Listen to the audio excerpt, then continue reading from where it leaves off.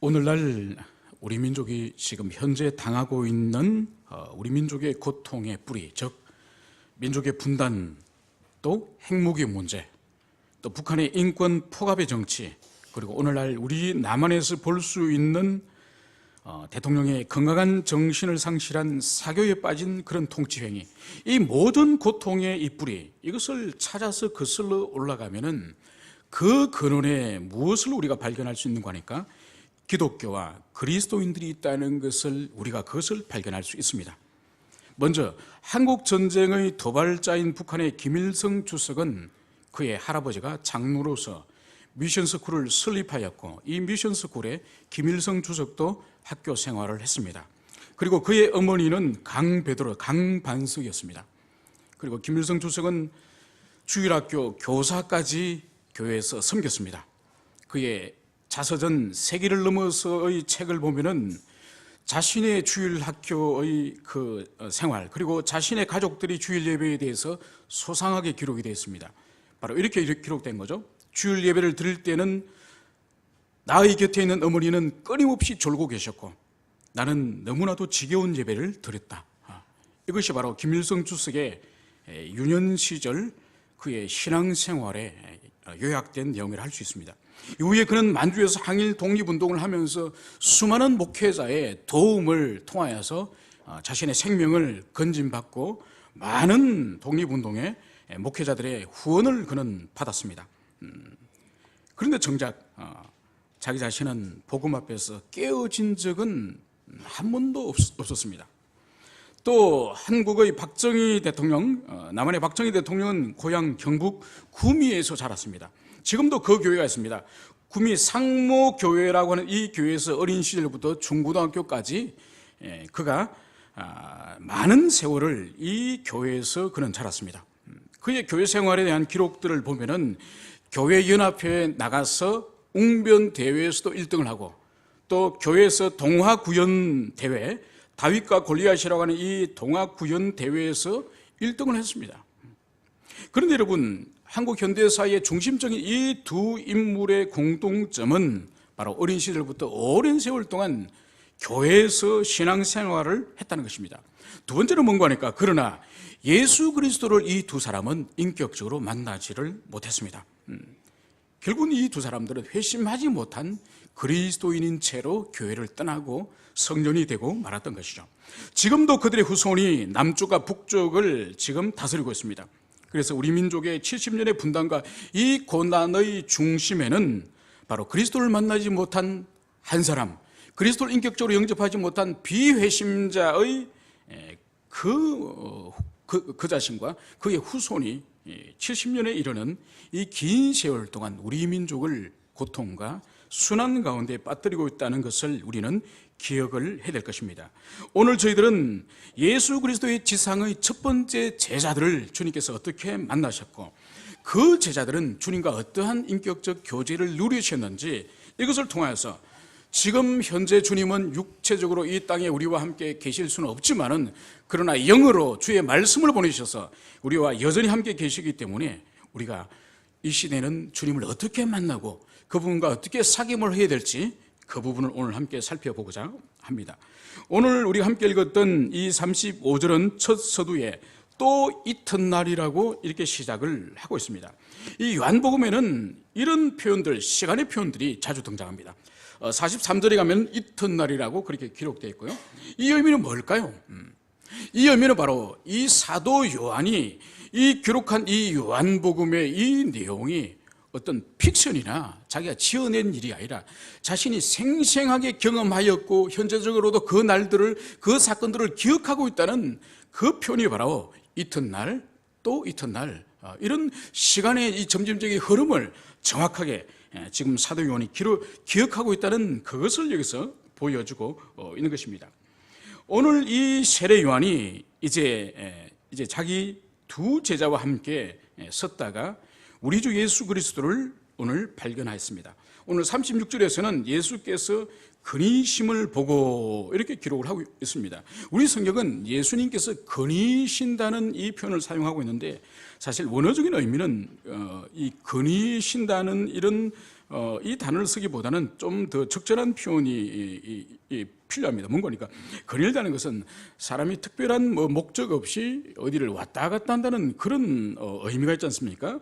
그런 의미가 아니라 이 헬라 거니심이란 이 단어는 이곳저곳을 두루 탐방하고 두루 다닌다는 그런 의미인 것이죠. 바로 이 주님의 모습을 이제 이 세례 요한은 보라 하나님의 어린 양이로다. 우리가 지난 시간에 살펴봤지 않습니까? 하나님의 어린 양의 의미하는 바가 뭔지, 그것은 바로 하나님 아버지께서 이 땅에 인생들의 죄를 대속하기 위해서 보내주신 메시아, 대속주라는 그런 의미를 가지고 있는 거죠. 그래서 이 의미를 오랜 세월 동안에 이스라엘 백성들은 그토록 고대하였던 메시아가 드디어 오셨다는 것을 세례 요한의 입을 통하여서 선포되었기 때문에 오늘 이 자리에서 제자들에게 다시 세례 요한은 그리스도께서 바로 하나님의 어린 양이라는 이 선언을 오늘 여기서 하고 있습니다. 그런데 오늘 37절에 보면은 자신의 스승이었던 세례 요한이 우리 주님을 향해서 하나님의 어린 양이라고 하는 이 말 앞에 바로 37절에서는 두 제자가 그의 말을 듣고 예수를 따르거늘, 이렇게 성경은 기록을 하고 있습니다. 여러분, 세례 요한이 여기서 주님을 향해서 제자들에게 보라 하나님의 어린 양이다, 이런 표현은 사실 어떤 의미가 그 말 가운데 내포되었을까요? 그것은 바로 이런 의미를 가지고 있는 거죠. 이제 우리 조상들이 그토록 고대하였던 바로 메시아께서 오셨다, 바로 저분이다. 이제 너희들은 나의 가르침을 이제는 떠나서 저분을 쫓아라, 저분을 따르라, 이런 의미를 바로 이 세례 요한의 이 음성에 그런 의미를 가지고 있는 거죠. 그래서 실제로 이 세례 요한의 두 제자가 지금까지 따르고 존경하였던 이 스승 세례 요한을 떠나서 드디어 그리스도 예수를 쫓았다고 성경은 여기서 말씀을 하고 있는 거죠. 여러분, 이것은 오늘날 복음 전도자나 목회자들이 어떤 태도로 사역을 해야 될지 정확하게 보여주는 것이 바로 여기서 보여주는 세례 요한의 이 태도입니다. 여러분, 목회자와 이 복음 전도자들이 영혼들로 섬기고 영혼들을 인도해야 될 분은 바로 그리스도 예수 그분이에요. 우리가 무슨 목양을 하든 전도를 하든 어떤 설교를 하든 어떤 말씀 사역을 하든지 간에 주의 종, 말씀의 종들의 궁극적인 사역의 목표는 영혼들을 바로 하나님 앞에 그리스도 앞으로 인도해야 되는 것이 바로 목회자와 복음 전도자의 사역이라는 거죠. 이미 그리스도께서 이 땅에 오셨는데도 불구하고 그리스도께 나가는 것을 막고 오히려 여전히 율법 체계 가운데 묶어두려고 했던 사람들이 그 시대의 바리새인 서기관이에요. 옳지 않은 거죠. 이미 그리스도께서 이 땅에 오셨는데 그러면 그분께로 인도하여서 그분의 제자가 되고 그분의 말씀을 듣도록 하는 그것이 영혼 사역의 목자의 사명인데 여전히 율법 체계 가운데서 묶어두고 그 율법에 순종하고 그 율법 속에 매이도록 하는 그것은 그 시대의 바리새인과 그 서기관을 주님께서는 향해서 독사의 자식들아, 이미 구속주가 오셨는데 구속주 앞으로 나오지 못하도록 옛 체제 가운데 묶어두는 것은 바로 독사의 자식들이 하는 짓이죠. 여러분, 이것은 오늘날에도 우리들에게 동일하게 적용해 볼 수 있습니다. 그리스도께서 이미 오셨고 완성된 성경 계시를 주셔서 그 성경 계시를 통하여서 하나님의 뜻이 무엇인지, 그리고 이 땅에서 무엇을 섬기고 어떻게 살아야 되고 어떻게 살아야 될지 성경 계시 가운데 주님의 완전한 계시를 성경 가운데 주셨는데 그 성경 가운데로 나오지 못하도록 하는 그 모든 사역이 또한 주님께서 말씀하신 독사의 자식과 같은 그런 사역이라는 거죠. 여러분, 이것은 이미 사도 바울이 그가 에베소 교회 사역을 3년 동안 하고 나서 떠나면서 그 에베소 교회 장로들을 모아놨고 경고를 합니다. 그 경고 내용이 사도행전 20장에 나왔습니다. 그 20장의 경고의 두 본질은 바로 밖으로부터 이단의 침입과 안에 있는 교회의 지도자의 변질, 그것을 말씀하고 있습니다. 우리 함께 찾아봅시다. 사도행전 20장 29절 30절 두 구절을 우리 함께 찾아봅시다. 사도행전 20장 29절 30절 두 구절을 우리 함께 찾아보도록 하겠습니다. 20장 29절 우리 함께 두 구절 읽습니다. 시작. 내가 떠난 후에 사나운 이리가 여러분에게 들어와 그 양떼를 아끼지 아니하며 또한 여러분 중에서도 제자들을 끌어 자기를 따르게 하려고 어그러진 말을 하는 사람들이 일어날 줄 내가 아노라. 아멘. 여러분, 이 사도 바울이 자신이 그토록 섬겼던 이 에베소 교회를 떠나면서 거기에 장로도 세우고 직분자도 세우고 일꾼을 세우고 떠나면서 마지막으로 경고하는 것이 바로 이 두 가지예요. 그래서 사나운 이리가 여러분 공동체 가운데 들어와서 영혼들을 해칠 것을 경고하는 거죠. 그러니까 초대교회 많은 이단들이 교회 속으로 침투하는 것처럼 오늘날도 교회 공동체 밖에서 거짓된 가르침, 진리가 아닌 것을 가진 자들이 이단들이 들어와서 교회를 해치는 거예요. 두 번째로 사도 바울이 경고하는 것이 바로 뭔가니까 여러분 중에서도, 그러니까 장로들과 그 지도자들을 향해서 여러분들 중에서도 바로 제자들을 끌어 자기를 따르게 하려고 어그러지는 말을 하는 사람들이 일어날 줄 내가 아노라. 그러니까 여러분들 중에서도 바로 제자들을 끌어서 어떻게 한다고? 누구를 따르게 한다고요? 예수를 따르게 하는 것이 아니라 자기를 따르게 하는 자기의 종, 자기의 사람으로 만들려고 하는 그런 자들이 일어나는데 어떻게 하느냐? 바로 어그러진 말로서 자기 제자를 만든다는 거예요. 여러분, 어그러진 말이라고 하는 우리 한글로 볼 때 이 의미가 뭔지 정확하게 드러나지 않아요. 이게 헬라어로 이게 돌로스라는 단어를 사용해요. 이 돌로스, 어그러진, 여기 번역을 해야죠. 이 돌로스가 뭐냐?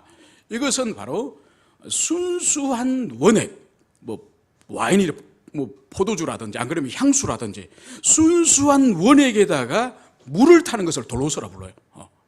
그러니까 순수한 하나님의 말씀을 있는 그대로 주님이 우리에게 계시해 주셨던 그 말씀을 그대로 양들에게 전파하는 것이 아니라 거기에 자기의 사상과 자기 철학과 그 시대 사상을 혼합해가지고 섞어가지고 둘러서 된, 가미된 그것을 먹인다는 거예요.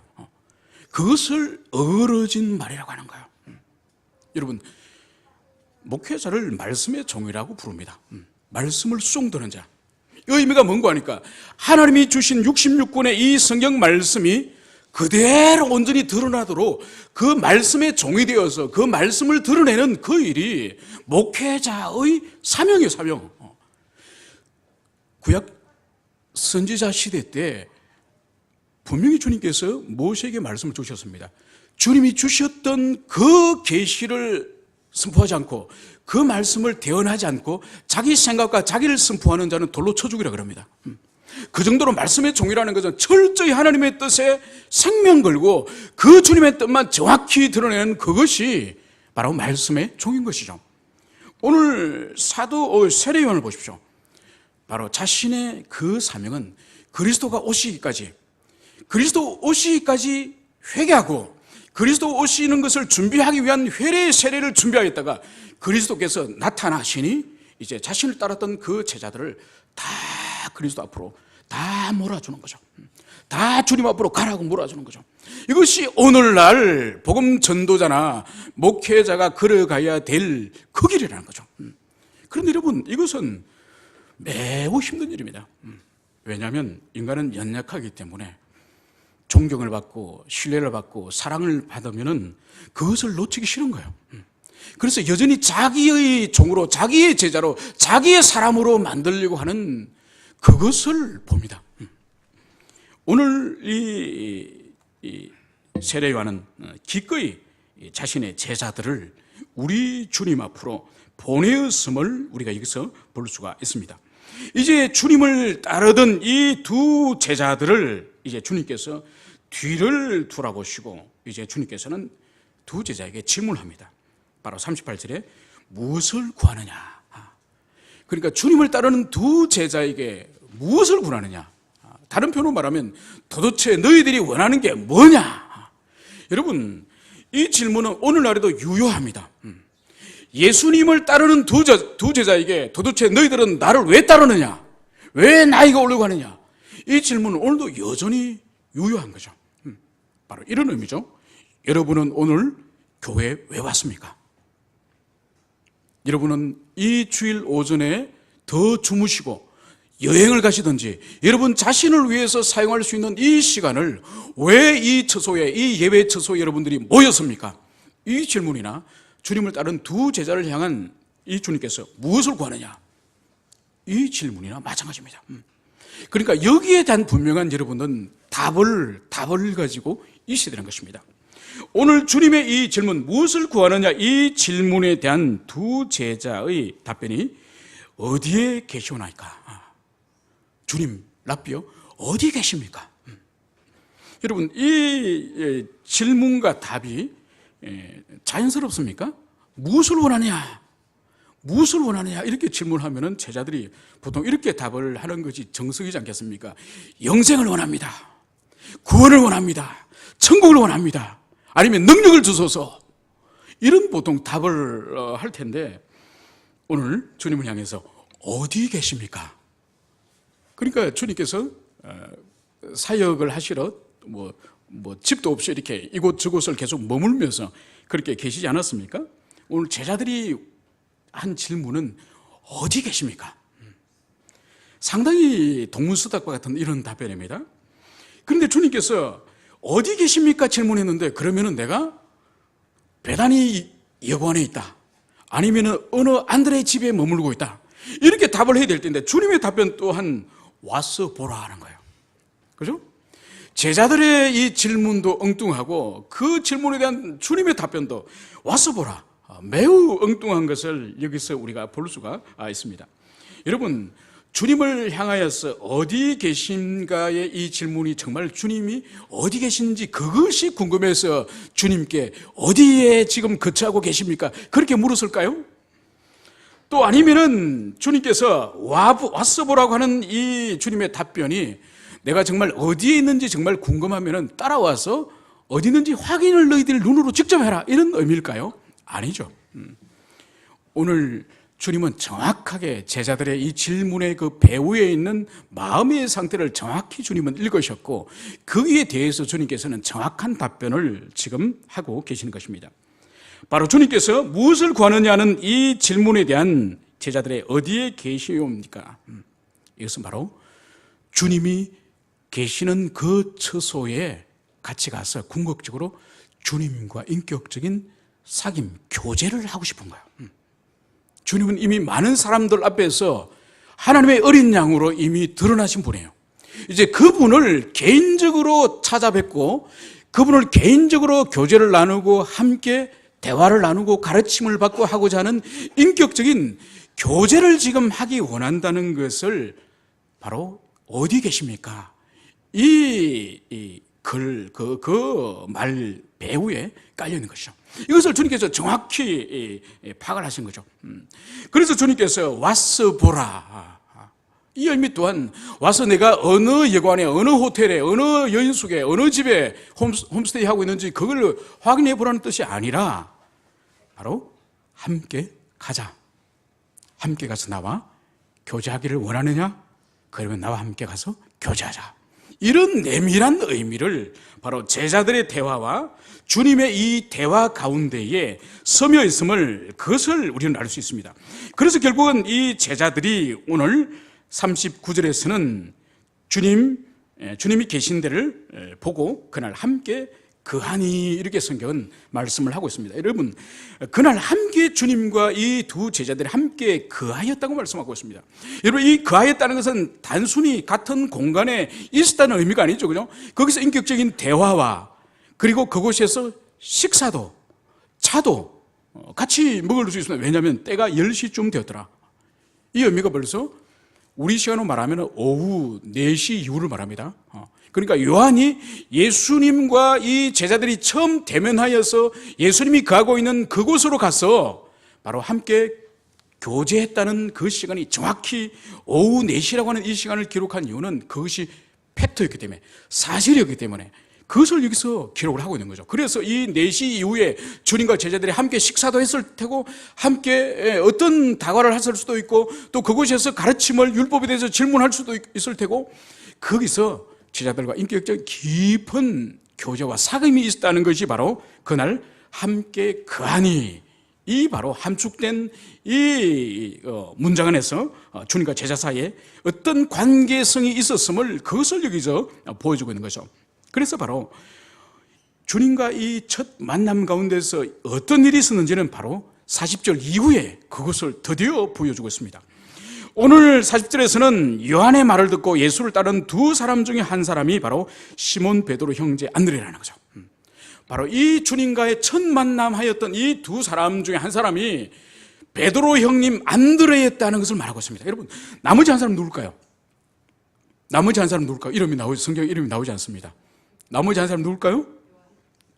이 요한복음의 저자인 사도 요한이 바로 우리 주님과 함께 안드레와 함께 처음 주님을 대면한 사람인 거죠. 그래서 이 안드레가 이제 자기 형제 베드로를 찾아가서, 시몬을 찾아가서 우리가 메시아를 만났다, 이 가슴 떨리는 이 놀라운 이 고백을 합니다. 여러분, 얼마나 영광스럽고 감격스러운 그런 고백이었습니까? 그들의 조상 아브라함 때부터 끊임없이, 모세로부터 끊임없이 선지자 시대 때 그토록 주님의 그 말씀 가운데서 오시려 하셨던 그 메시아께서 드디어 자기 눈으로 보았고 만났고 그분과 인격적으로 대화를 나누었으니 얼마나 그 가슴이 두근두근 거리겠습니까? 여러분, 여러분들이 만났던 최고의 만남을 자랑할 만한 사람을 여러분들은 누구를 만났습니까? 대통령과 여러분 독대하신 분이 계신가요? 아니, 미국의 대통령 아니면 유엔 사무총장과 개인적으로 밥을 먹고 차를 마시면서 대화를 나눠봤습니까? 만약 여러분들이 반기문 총장이나 아니면은 예전에 노무현 대통령이나 이명박 대통령을 개인적으로 둘이서 밥을 먹었다고 한다면은 여러분 친구들이나 가족들에게 가서 어떻게 말하겠습니까? 완전 정신없이 자랑하겠죠. 아마 악수한 손을 한 달 동안 안 씻을지 모릅니다. 그 정도로 인간을 우리보다 더 존귀하고 더 어떤 사회적인 위치가 있는 사람을 우리가 사귈 때도, 만났을 때도 사람들이 그 경험을 자랑을 합니다. 그런데 오늘 이 안드레는 바로 그들의 열조로부터 끊임없이 증거되어져 왔던 바로 메시아, 그리스도, 그분과 만나서 교제하고 돌아왔기 때문에 베드로에게 얼마나 자랑을 했겠습니까? 그래서 그 동생 이 시몬을 이 안드레는 데리고 오늘 42절에서는 예수께로 오니 예수께서 보시고 이르시되 내가 요한의 아들 시몬이니 장차 개발하리라. 여러분, 오늘 예수님께서는 이 시몬을 보면서 바로 너의 이름을 장차 개발하리라, 이 말씀을 여기서 하고 있습니다. 여러분, 개발의 의미가 뭔가요? 오늘 바로 이어서 가로 안에 개발은 번역하면 베드로라. 여러분, 이 시몬은 이스라엘 백성의 그 자신들의 조상 야곱의 12아들 중에 한 명이 시몬이 있습니다. 그죠? 그 이름을 딴 거예요. 그런데 그 이름을 오늘 예수님께서 이름을 바꿔주세요. 뭐라고요? 개발하고. 헬라어로 표현하면은 이것은 베드로, 페트라, 즉 반석, 큰 바위. 여기서 개발하고 하는 그 단어는 아람어예요, 아람어. 예수님 시대 당시에 일반적인 유대인들이 사용했던 언어는 아람어예요, 아람어. 그래서 그 아람어를 오늘 이 사도 요한은 바로 헬라어로 번역을 해주는 거예요. 보십시오. 그 위에도 메시아는 번역하면 그리스도라. 메시아는 히브리어지 않습니까? 그죠? 히브리어 메시아를 그리스도서 바로 헬라어로 지금 번역을 하는 거죠. 그리고 이 개바라고 하는 이 아람어를 베드로라고 하는 이 반석, 즉 헬라어로 번역을 하는 거예요. 여러분, 이것도 매우 중요한 거예요. 이 가로 안에 이 사도 요한이 히브리어를 헬라어로, 아람어를 헬라어로 바꾸어주는 이 번역은 우리가 쉽게 지나가서는 안 됩니다. 바로 이게 뭔가 하니까, 첫 번째로는 이 사도 요한의 배려심이에요, 배려심. 그러니까 이 성경을 처음 받는 사람은 유대인들도 있지만은 그 당시에 대표적으로 사람들이 공동적인 언어가 헬라어예요, 헬라. 그러니까 미국에 지금 살고 있는 사람들, 아프리카 온 사람들이 여전히 자기들끼리 모이면은 아프리카 방언을 쓰겠죠. 또 LA 같은 데서는, 코리아타운에서는 모이면은 우리 한국어를 쓰겠죠. 그런데 같이 미국에서 공용되는 거는 영어지 않습니까? 그것처럼 아람어도 로마 제국 안에서 쓰는 사람이 있을 것이고 또 히브리어를 쓰는 사람이 있겠지만은 로마 제국 전역에서는 헬라어가 통일된 언어인 거죠. 그래서 이 사도 요한이 친절하게 이렇게 헬라어로 번역을 해주는 겁니다. 여러분, 이것은 또한 말씀의 사역자들, 영혼을 목양하는 자들에게 매우 중요한 어떤 인사이트를 주는 것입니다. 바로 뭔가 하니까 자기중심적으로 사역을 하고 자기중심적으로 가르치고 자기중심적으로 언어를 사용하는 것이 아니라 바로 말씀을 받는 목양의 대상자, 그 사람의 형편과 그 사람의 지성과 그 사람의 수준에 맞추어서 배려할 것을 성령께서 여기서 말씀을 하고 있는 것입니다. 여러분들이 만약 앞으로 교사가 될 것이고 여러분들이 구역장이 될 것이고 여러분들의 자녀들에게 하나님의 말씀을 만약 여러분들이 가르친다고 한다면은 여러분들이 알고 있는 그 신학적인 지식들, 그것을 현학적으로 표현하면서 자신의 지식을 자랑하는 듯한 그런 태도는 성령께서 결코 기뻐하지 않으시는 거죠. 이렇게 친절하게 헬라어로 번역하여서 가르치려고 하는 이것은 사도 요한의 마음일 뿐만 아니라 바로 성령 하나님의 마음이신 것을 여러분들이 그것을 기억을 해야 할 것입니다. 오늘 여기서 요한의 아들 시몬을 향해서 주님께서는 베드로라고 부르고 있습니다. 오늘 새롭게 주님께서 이름을 계명을 해주시는 거죠. 여러분, 사람이 이름을 짓거나 사물의 이름을 짓는 일은 결코 쉬운 일이 아니죠, 그죠? 저도 예전에 어느 지체가 밥을 사줘서 밥을 얻어먹었습니다. 밥을 다 먹고 나니까 목사님, 한 달 지나면은 우리 집에 아기가 태어나는데 목사님 좀 아이 이름 좀 지어주십시오. 그러는 거예요. 제가 밥 얻어먹고 이름 지어줬을까요? 못 지어줬을까요? 못 지어줬습니다. 왜냐하면은 제가 이름을 만약 제가 지었는데, 제가 좋아서 지었는데 이거 해라, 그러면 그러니까 좋아서 했다 하더라도 그 아이가 한 10년 지나면 학교 가지 않습니까? 그죠? 야, 이게 누가 지은 이름이냐? 이게 뭐냐? 애가 또 괴롭힘을 당할 수 있지 않습니까? 그걸 생각하니까 도저히 가슴 떨려서 못 지겠더라고요. 그래서 밥만 얻어먹고 죄송하다고. 여러분, 사람의 이름이 그냥 사물의 이름을 짓는 것은 그 사람이나 그 사물에 대한 본질에 대한 통찰을 가지고 있어야 됩니다. 그래서 에덴에서도 아담이 주님께서 자신 앞으로 이끄는 모든 사물들에 대해서 바로 이름을 붙이지 않습니까? 그죠? 그리고 아담이 그 당시에 가지고 있었던 이 지성의 이 그릇이 얼마나 탁월한지 그것을 보여주는 거죠. 한 달을 줘도 이름 하나 못 지어 쩔쩔매는 이런 인간과 보는 순간 바로 이름을 짓는 우리 첫 조상 아담의 지혜는 오늘날 우리하고 비교할 수 없습니다. 더 나아가서 여러분, 어느 지체가 이번 주에 저한테 상담을 했던 지체가 있는데, 목사님, 어떻게 노아 시대에 그 큰 배를 만들었을까요? 어떻게 큰 바벨탑을 그렇게 건축공학이나 그런 것도 없이 어떻게 만들었을까요? 그런 너무나 무지한 이야기죠. 오늘날도 여러분 가운데 한 분야에 만약 50년을 직장생활을 해보세요. 한 분야에 거의 장인, 달인의 수준이죠, 그죠? 50년 정도 일하면은. 노아 시대 때는 우리 성경의 그 고대 시대로 돌아가면은 수명이 900세 이상이었어요. 여러분, 한 가지 일을 900년 동안 해보세요. 600년 해보세요. 그죠? 모든 지식과 모든 경험을 그 인격 가운데 다 축적하는 거예요. 노아 방주 문제가 아니에요. 주님이 설계도만 딱 주셨지만은 그걸 만드는 게 지금 우리 수준으로 그 시대를 평가하니까 어이구, 그걸 어떻게 만들었지? 아니에요. 600년, 900년 동안 지식과 경험이 축적된 그 사람이 만드는 거예요. 그래서 이 성경 가운데 이름을 주님께서 계명해 주시는 일들이 있습니다. 누가 했죠? 아브라함을 아브라함, 사레를 사라, 그리고 야곱을 이스라엘. 주님께서 특별한 당신의 종들에게 이름을 계명해 주시는 일들이 있습니다. 이것은 그들의 인생 가운데 획을 끊는 사건이죠. 그래서 주님과 새로운 관계, 새로운 삶과 새로운 사역을 바로 이름의 계명을 통하여서 보여주는 것처럼 오늘 그리스도 예수께서 시몬을 향해서 바로 너는 게바라, 베드로라, 이 이름을 계명을 해주십니다.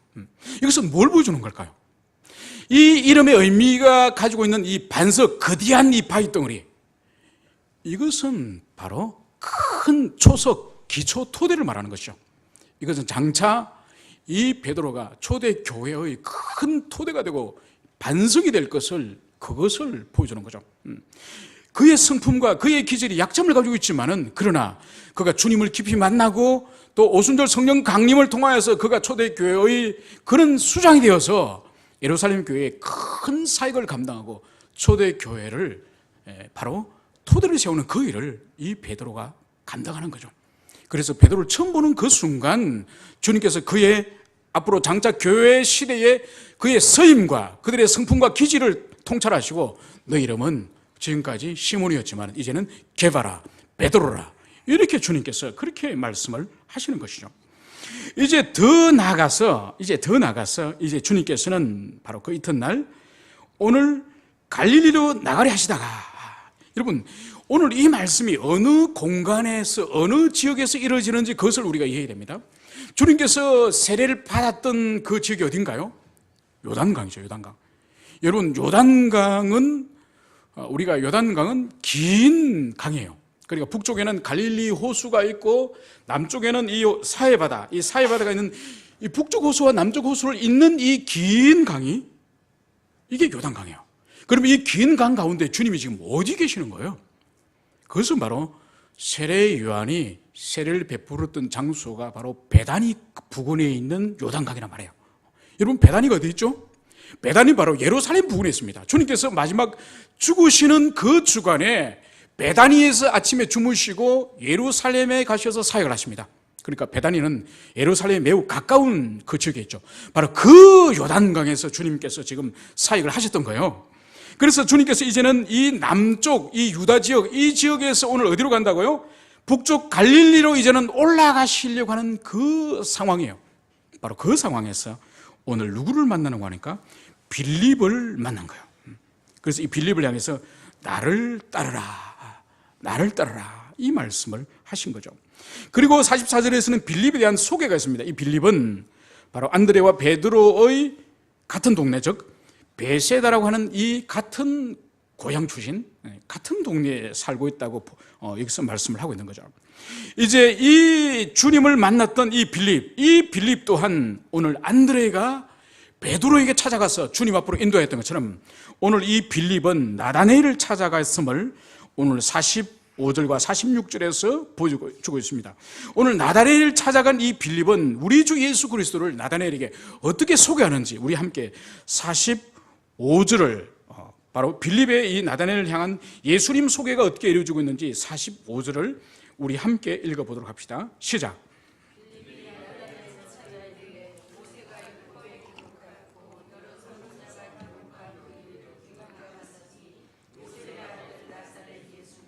아멘. 이제 이 빌립이 나다네엘에게 우리 예수님, 자신이 만났던 예수님이 어떤 분인지 그분을 소개하는 것을 여기서 보여주고 있습니다. 오늘 여기서 모세가 율법에 기록하였고 그리고 여러 선지자가 기록한 거의 바로 예수를 말하는 거죠. 바로 우리가 만났으니 그가 바로 요셉의 아들 나사렛 예수니라, 이 말씀을 하고 있습니다. 여러분 이것은 이스라엘 백성들, 유대인들에게 공통적으로 이미 깊이 기억되어지고 각인되어 있는 그 말씀이에요. 그러니까 그들이 신명기 18장 가운데에 모세의 율법 가운데에서, 신명기 말씀 가운데에서 나와 같은 선지자가 올 것임을, 보내줄 것임을 여호와께서 말씀하셨거든요.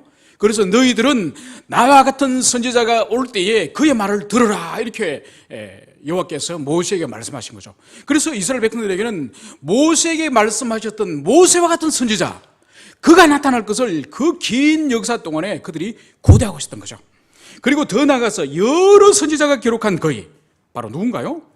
이사야 선지자, 미가 선지자, 그리고 다윗, 수많은 구약의 선지자들이 그 메시아에 대한 기록들을 가지고 있습니다. 그분이 오실 거라고 그들은 학수고대하고 있는 거죠. 바로 그 일을 우리가 만났으니 바로 그분이 바로 요셉의 아들 나사렛 예수니라.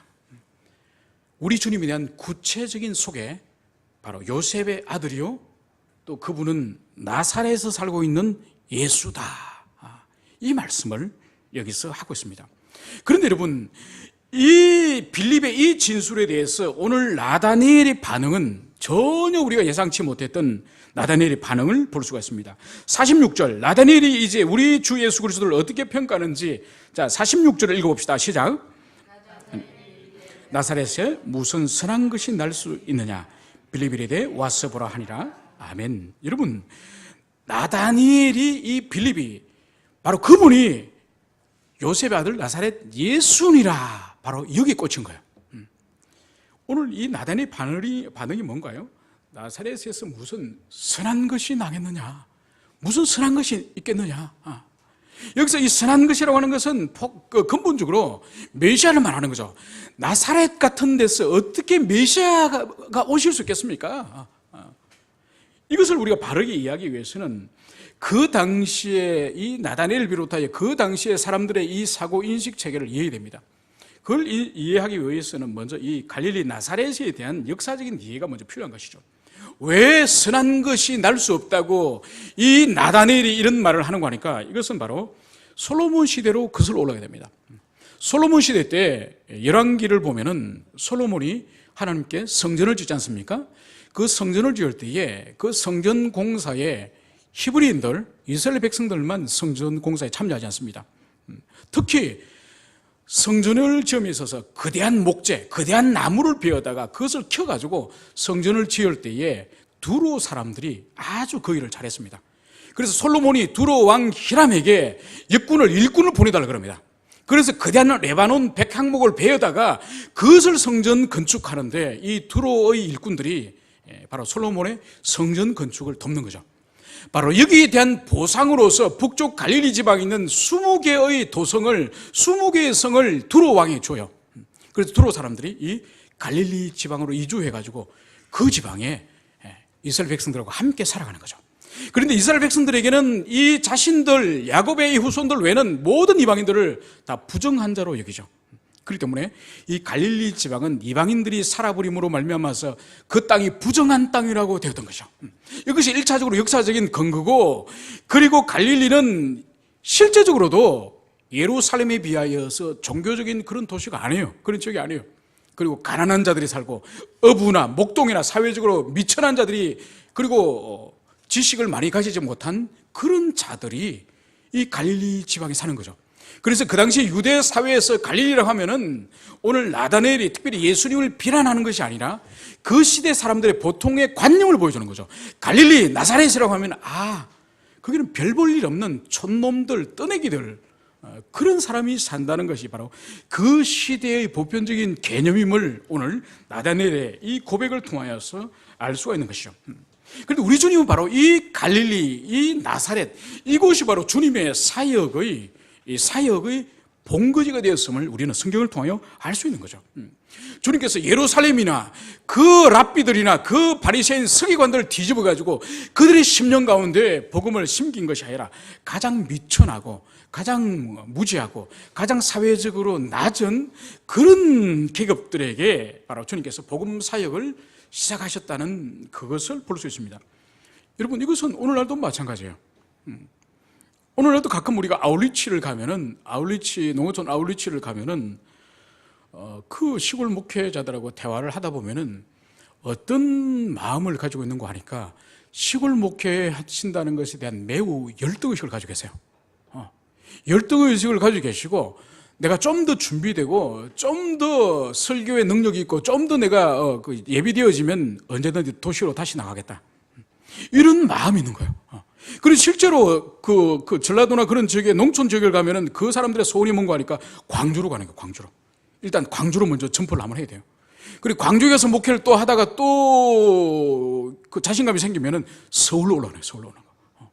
여러분, 서울에 오더라도 아무 데나 갑니까? 강북이 아니라 강남에서 목회하는 거예요. 여러분, 오늘날 우리 인생들은 영혼들을 섬기는 데 있어도 시골이 아니라 도회지도 서울, 서울에서도 강남, 그죠? 그런데 우리 주님의 사역은 어디서 이루어졌다고요? 갈릴리에서 이루어요. 갈릴리에서.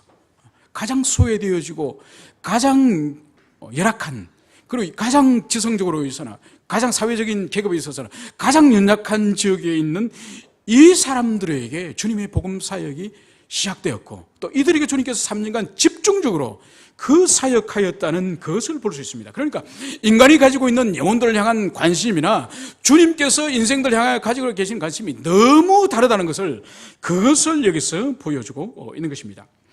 오늘 여기서 볼 수 있는 것은 먼저 주님을 만났던 이 안드레, 먼저 주님을 만났던 이 빌립, 이 두 사람의 결단이 바로 뭔가요? 먼저 주님을 만났기 때문에 아직 주님을 만나지 못한 영혼들을 향하여 주님 앞으로 인도하는 그런 은혜가 여기 있다는 거죠.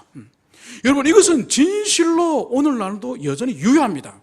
여러분이 진실로 주님을 만났다고 한다면은 그것을 감출 수가 없습니다. 그것을 감춰둘 수 없습니다. 여러분, 의외로 싼 값에 어느 식당을 갔는데 정말 맛있어. 가격은 너무 싼데도 진짜 완전 입맛이 보니까 거의 뭐 수준이 대박이야. 그러면 어떡합니까? 그거 혼자 여러분들 딱 기억하고 자기 혼자만 날 고기 가서 먹고 그럽니까? 아이고, 너 따라오지 마. 내 혼자 왜 먹을 거야. 이렇게 식당에서 그래 먹습니까? 안 하죠. 이야, 내가 한번 쏘겠다. 진짜 맛있는 집이 있다. 그러면서 사람들 데려가서 쏘지 않습니까? 쏘고 그 사람들에게도 야, 이 맛있는 집 좀 다른 사람들에게 좀 알려주라. 퍼뜨리잖아요, 그죠? 그 식당의 전도사가 됩니다, 그죠? 그 식당의 전도사가. 맛있는 음식을 한 가지 먹어도 그 집 칭찬하고 그러는데 자기 속에 없는 생명, 영생을 그리스도를 통하여서 만났는데 그 그리스도를 감추고 그것을 전파하지 않는다는 것은 그건 불가능한 거죠. 만약 그러지 않는다면 그 사람은 진짜 예수님을 만나게 안 해요. 안 만났기 때문에 그렇게 증거할 수 없는 것이죠. 오늘 이 두 사람은 바로 그리스도 예수를 인격적으로 만났기 때문에 바로 이 베드로에게 그리고 오늘 이 나다넬에게 힘있게 증거를 할 수 있는 것이었습니다. 오늘 그 나다넬을 이제 빌립은 이끌고 주님 앞으로 나오는 것을 여기서 보여주고 있습니다. 그런데 오늘 주님 앞으로 나왔던 이 나다넬을 향해서 우리 주님께서 이 나다넬을 향한 평가가 바로 47절에 있습니다. 우리 47절을 함께 읽어봅시다. 시작.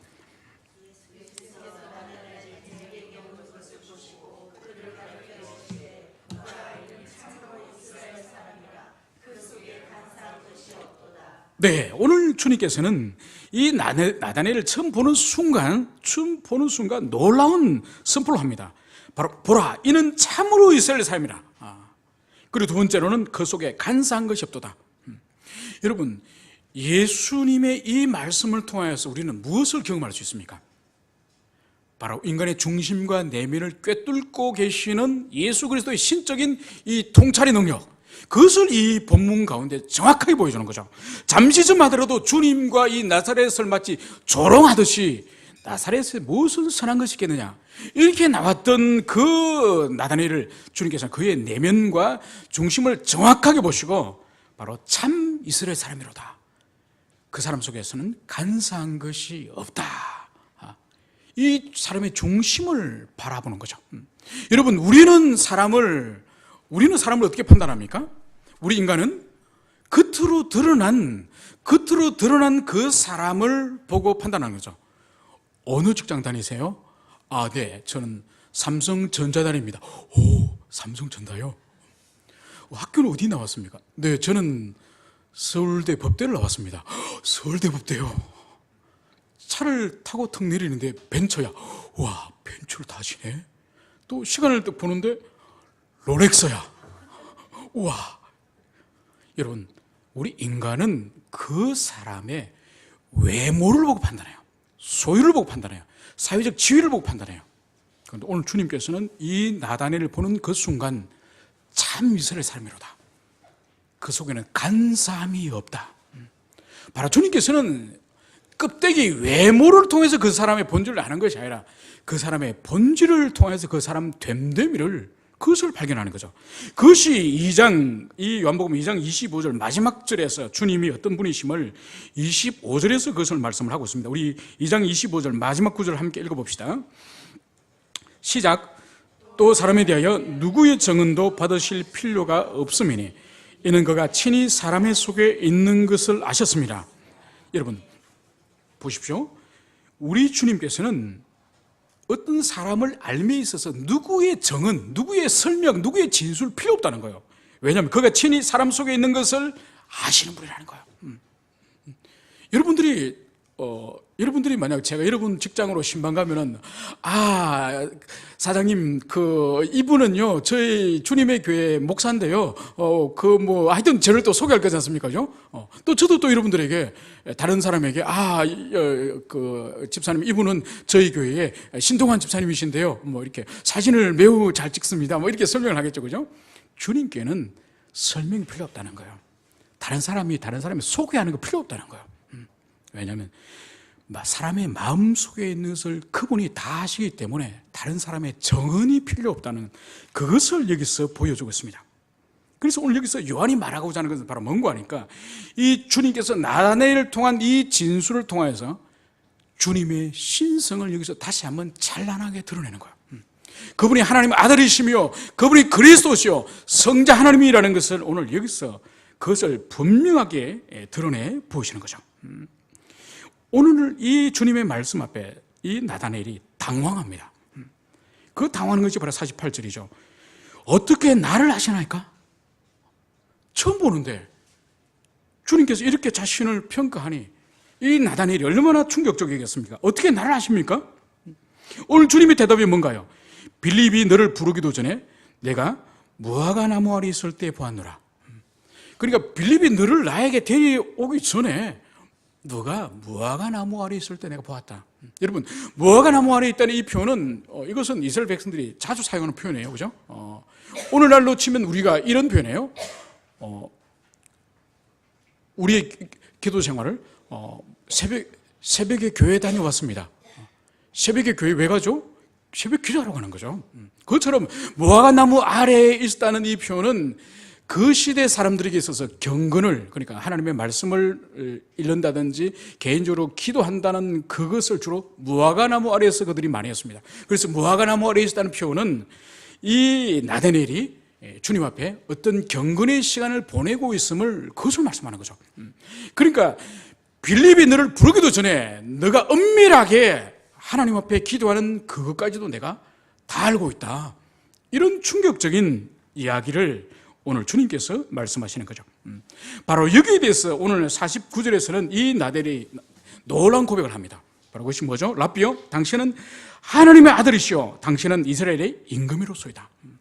바로 이 고백은 마태복음 16장 16절에서 베드로가 우리 주 예수 그리스도를 향한 신앙 고백, 그 신앙 고백과 매우 유사합니다.